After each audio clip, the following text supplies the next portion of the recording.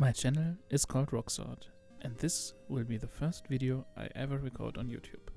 It is about this early 2000s eMac that I modified to serve as an external VGA CRT monitor. I know this particular device since I was about 11 or 12 years old, because it sat in the back of our art classroom inside my old school. About a year ago, my parents actually won this at an auction, a charity auction hosted by my school. They called me the same afternoon and I got to take it home on my bicycle right after. Unfortunately, the computer inside the eMac was already broken when I got it.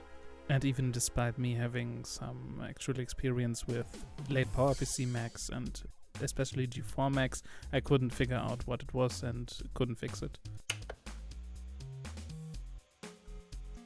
Fortunately, the actual tube was still very much functioning.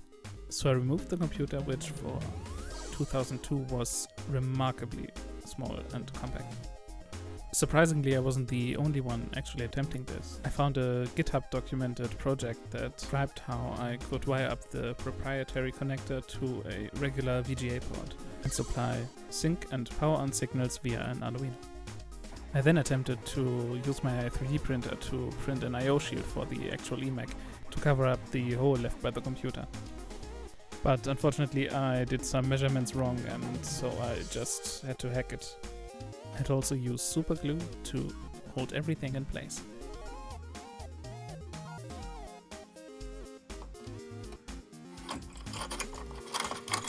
I then used a drill to make some holes for the power on button that will supply a power on signal to the CRT tube. And then, after soldering that in place, I just had to test if the continuity worked on the button. After that, I could connect all cables piece by piece and listen to the beautiful sound of the tube initializing.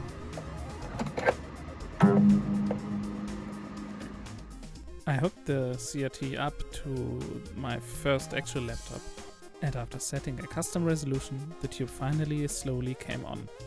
The last issue being the alignment of the picture on the tube. Fortunately, the project described how I could program my Arduino to fix the issue automatically and align the picture correctly. It was quite surreal seeing Windows 10 running on the eMac. And to celebrate, I quickly started up one of my favorite games, Jets and Guns, which is a shoot 'em up.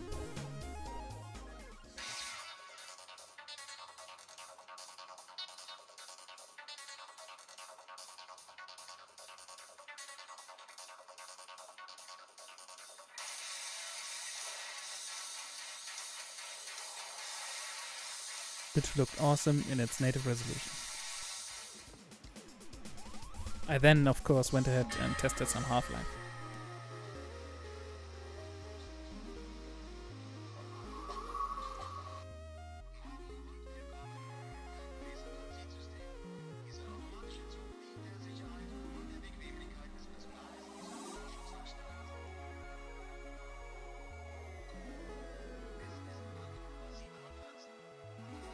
Half-Life 2 looked and played nicely as well.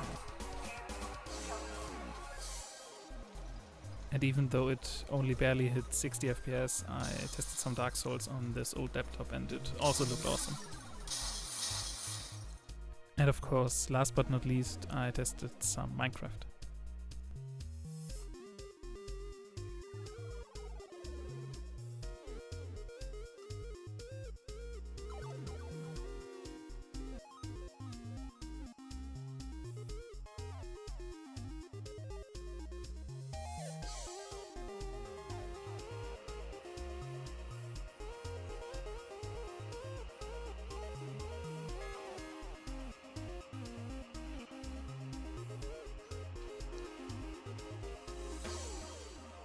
One thing I really like about the eMac is how the light given off by the tube gets reflected by the acrylic plastic casing. It actually resembles the liquid glass effect a lot that Apple announced a few weeks prior. After testing it and playing around with it for another while, I carried it up 4 stories to put it on my desk. I then hooked it up to my actual workstation, which actually was quite a hassle. To put it shortly, I had to install a second graphics card only to have an analog output that can supply the tube with the actual frequencies it needs to display an image. The analog board of the CRT expects very strange resolutions at very strange refresh rates, so it was quite a hassle to set up. But after some time, I actually got it to display an image on my main PC. So what can you do with it now?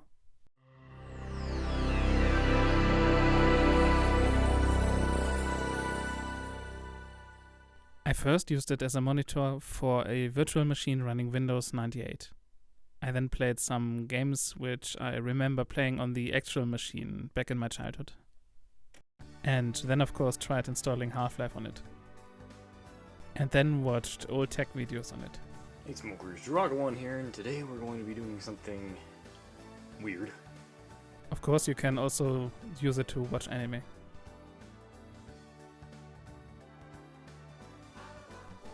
After playing around with it for a long time, I actually figured out how to use a non-standard, undocumented 240p resolution on it.